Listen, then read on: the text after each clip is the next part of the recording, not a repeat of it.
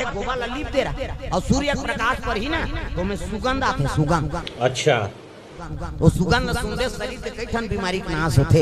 अध्यात्म कारण तुलसी में पानी रुको दे खड़े हो जाए तो मैं सुगंध ही दे सुनते के पेट भर पानी रुको के वैज्ञानिक कारण झलो के और अध्यात्म कारण झलो के। ये बड़ी अच्छी बात कही आप। हाँ नीली पे सके ते माता मन गोबर लगोर दे और छारा दे दी छारा। अब आपके बहू बेटी मन काला छारा जान टाइस लगे ते मैं छारा दे तोरे छारा दारा हो कहां को लग छारा देबे जमीन रहा गली पे। और गोबर हमार बराबर उपयोगी। हां अब तो बहू बेटी मन गोबर छीना पसंद नहीं करे ता पहले बेलन खेदे जान भाई सिरा दूसरा घाट देन बाबा मोर बैठा देखा खेदा खेदे चले नहीं हो यहां पहला हाग ही ते झोंखो का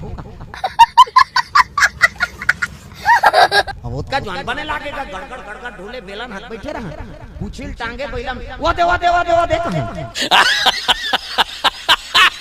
बात चले कूदा ना पेरा धारा ना गोबर चौताल झोंका नहीं है नहीं गोबर तो बिहनिया बेराय और गोबर चौताल झोंका का गरम गरम हवा एमे परे कहता वो एंटीबायोटिक के काम करे।